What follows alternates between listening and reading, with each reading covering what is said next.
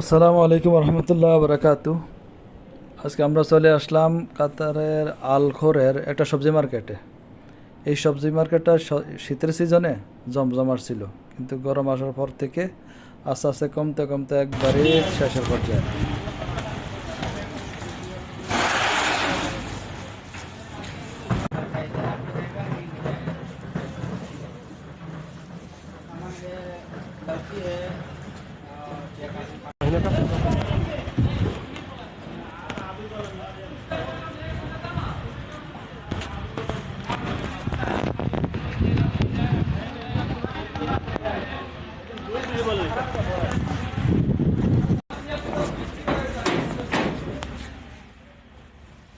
কিছুদিন আগে এই সবজি মার্কেটটা মানে জমজমাট ছিল,